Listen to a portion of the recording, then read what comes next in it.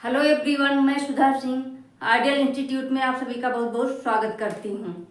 इस समय हम लोग संस्कृत के अंतर्गत कारक पढ़ रहे हैं और कारक में आज का हमारा टॉपिक है करण कारक यानी तृतीया विभक्ति। तो आइए देखते हैं। करण कारक का पहला सूत्र है साधकतमम करणम। करण कारक का पहला सूत्र है साधकतमम करणम, यानी जिसकी सहायता से कर्ता अपना कार्य पूरा करता है उसे करण कारक कहते हैं। जिसकी सहायता से साधक अपना कार्य पूरा करता है उसे करण कारक कहते हैं। उदाहरण के लिए जैसे रामः नेत्राभ्याम पश्यति रामः, उदाहरण है हमारा रामः नेत्राभ्याम, रामः नेत्राभ्याम पश्यति, रामः नेत्राभ्याम पश्यति, राम आंखों से देखता है। सः कंदुकेन, सः कंदुकेन क्रीडति, वह गेंद से खेलता है। इसमें कर्ता अपना कार्य यहाँ पर आंखों से देख रहा है, यहाँ पर गेंद से खेल रहा है, इसलिए यहाँ पर तृतीया विभक्ति का प्रयोग हुआ है। नेक्स्ट सूत्र है हमारा कर्तकरणयोः तृतीया।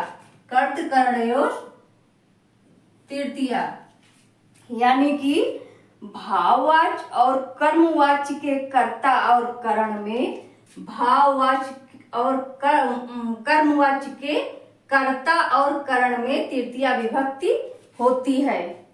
भाववाच्य और कर्मवाच्य के कर्ता और करण में तृतीया विभक्ति होती है। उदाहरण के लिए रामेण रावणो हता। पहले हम लोग कर्मवाची का सूत्र उदाहरण देखते हैं। कर्मवाची का उदाहरण, कर्मवाची का उदाहरण रामेण, रामेण रावणो हता, रामेण रावणो हता। दूसरा है हमारा भाववाची का उदाहरण तेन भुज्यते। भाववाची का हमारा उदाहरण है, भाववाची का तेन भुज्यते, तेन भुज्यते, यानी इसमें भाववाच्य और कर्मवाच्य के कर्ता और करण दोनों में तृतीया विभक्ति है। ये कर्ता और करण दोनों में तृतीया विभक्ति है। कर्मवाच्य में कर्म भी रहता है और भाववाच्य में कर्म नहीं रहता। तेन भुज्यते उसके द्वारा खाया गया। इसमें रामेण रावणो हता, राम के द्वारा रावण मारा गया। नेक्स्ट सूत्र चलते हैं। सूत्र नंबर 3 पे हमारा है एनांग विकारः। एनांग विकारः यानी जिस शरीर के जिस अंग में कोई विकार हो उस अंगवाची शब्द में तृतीया विभक्ति होती है। एनांग विकारः।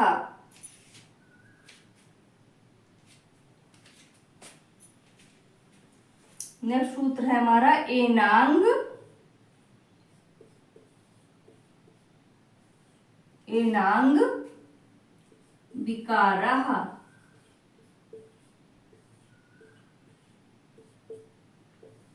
एनांग विकारः यानी कि शरीर के जिस अंग द्वारा ये पता चलता है कि उसमें कोई विकार है उसमें तृतीया विभक्ति होती है।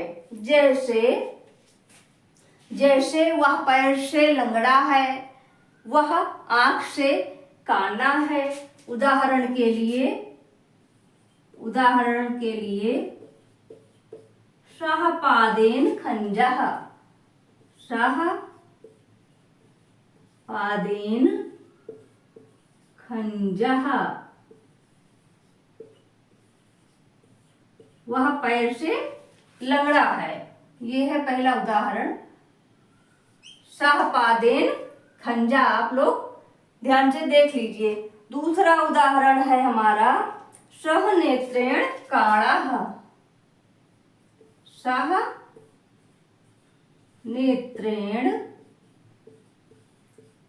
काणाः, वह आंख से काना है।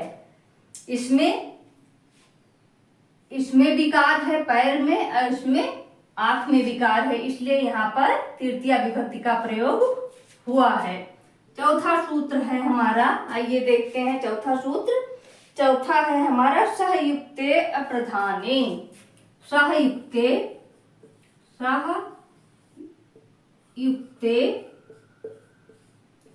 अप्रधाने, सहयुक्ते अप्रधाने, यानी सह के योग में, सह साकम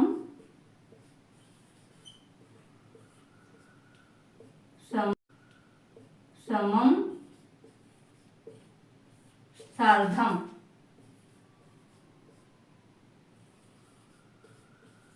सह साकम समम सार्धम, इसके योग में तृतीया विभक्ति होती है। इस सब का मतलब होता है साथ में। सहयुक्ते अप्रधाने, सह साकम समम सार्धम, इसके योग में तृतीया विभक्ति होती है। जैसे उदाहरण के लिए सीता रामेण सह वनम गच्छति, उदाहरण के लिए सीता रामेण सह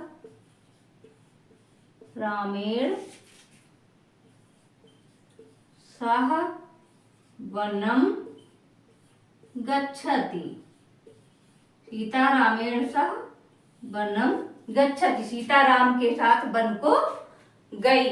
ये सहयुक्ते अप्रधाने का उदाहरण है। नेक्स्ट सूत्र है हमारा, आइए देखते हैं, प्रकृत्या दिव्य उपसंख्यानम। पांचवा सूत्र है हमारा प्रकृत्या दिव्य उपसंख्यानम।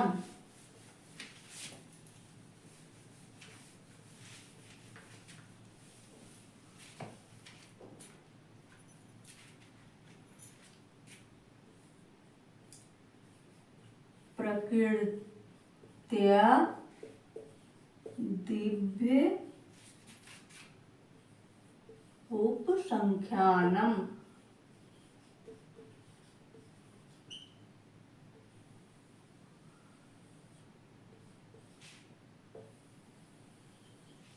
प्रकृत्या दिव्य उपसंख्यानम, इसका मतलब यह है कि प्रकृति यानी स्वभाव, जाति, नाम, वेग, सुख दुख। प्रकृति यानी कि स्वभाव, प्रकृति, जाति, वेग,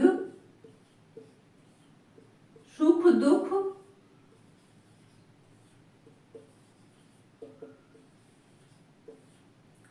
आदि के अर्थ में तृतीया विभक्ति यानी करण कारक का प्रयोग होता है। जहां पर इन शब्दों का आगमन हो, ये शब्द आए, वहां पर करण कारक यानी तृतीया विभक्ति होती है। उदाहरण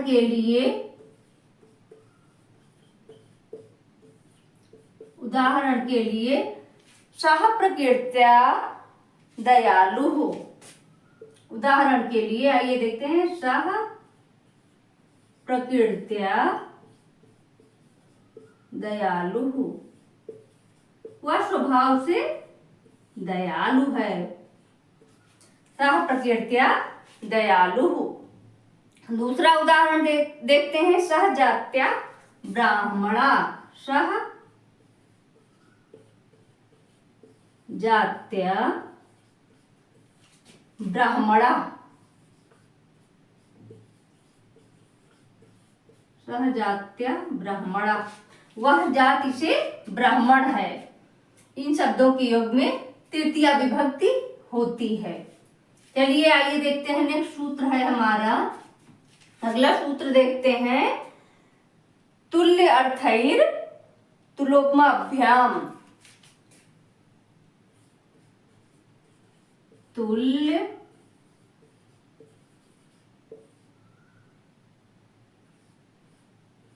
अर्थैर तुलोपमाभ्याम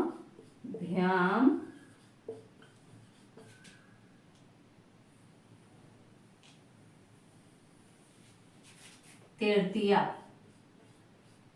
तुल्य अर्थैर तुलोपमाभ्याम तृतीया, यानी कि तुलना के योग में जहां पर तुलना की जाए वहां पर तृतीया विभक्ति यानी करण कारक होता है। तुलना के योग में तृतीया विभक्ति या करण कारक होता है। जैसे कृष्णेन समः कोऽपि नास्ति, उदाहरण के लिए कृष्णेन समः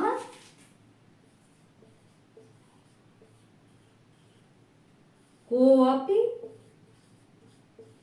नास्ति। कृष्णेन समः कोऽपि नास्ति, यानी कृष्ण के समान कोई दूसरा नहीं है। या रामेण समः कोऽपि नास्ति, राम के समान कोई दूसरा नहीं है। आप लोग इसको एक बार ध्यान से देख लीजिए। नेक्स्ट सूत्र है हमारा इत्थम्भूत लक्षणे। इसको हम मिटाकर आगे बढ़ रहे हैं। नेक्स्ट सूत्र है हमारा इत्थम्भूत लक्षणे। चलिए आइए देखते हैं। नेक्स्ट सूत्र है हमारा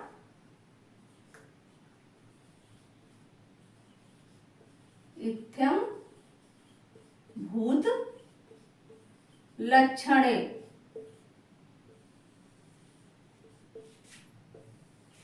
ये सूत्र आप लोग अच्छे से ध्यान से देख लीजिए।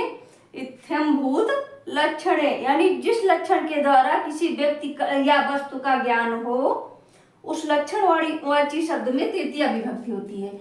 जिस लक्षण के द्वारा किसी व्यक्ति या वस्तु का ज्ञान हो, उस लक्षणवाची शब्द में तृतीया विभक्ति होती है। उदाहरण के लिए उदाहरण है हमारा, जैसे वह जटाओं से तपस्वी है। वह जटाओं से तपस्वी है। सह जटाभि तापसो अस्ति। सह जटाभि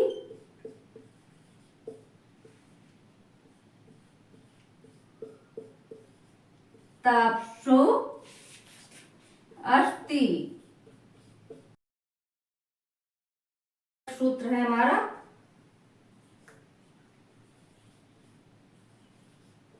इत्थम्भूत लक्षणे।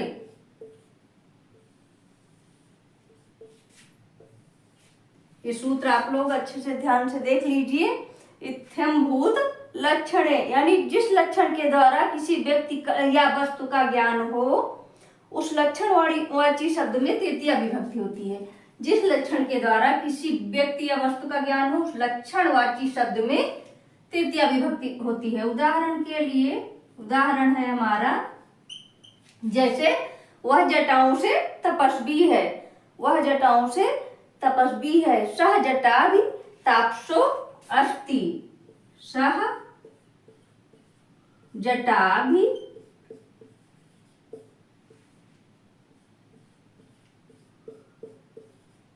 तापसो अस्ति। वह जटाओं से तपस्वी है। ये हो गया हमारा इत्थम्भूत लक्षणे सूत्र का उदाहरण। नेक्स्ट है सूत्र हमारा पृथक बिना नानाभिस्तृतीया न्यतरस्याम। 8वां सूत्र है हमारा पृथक बिना नाना, पृथक बिना नाना भीष तृतीया, नाना भीष तृतीया न तरस्याम।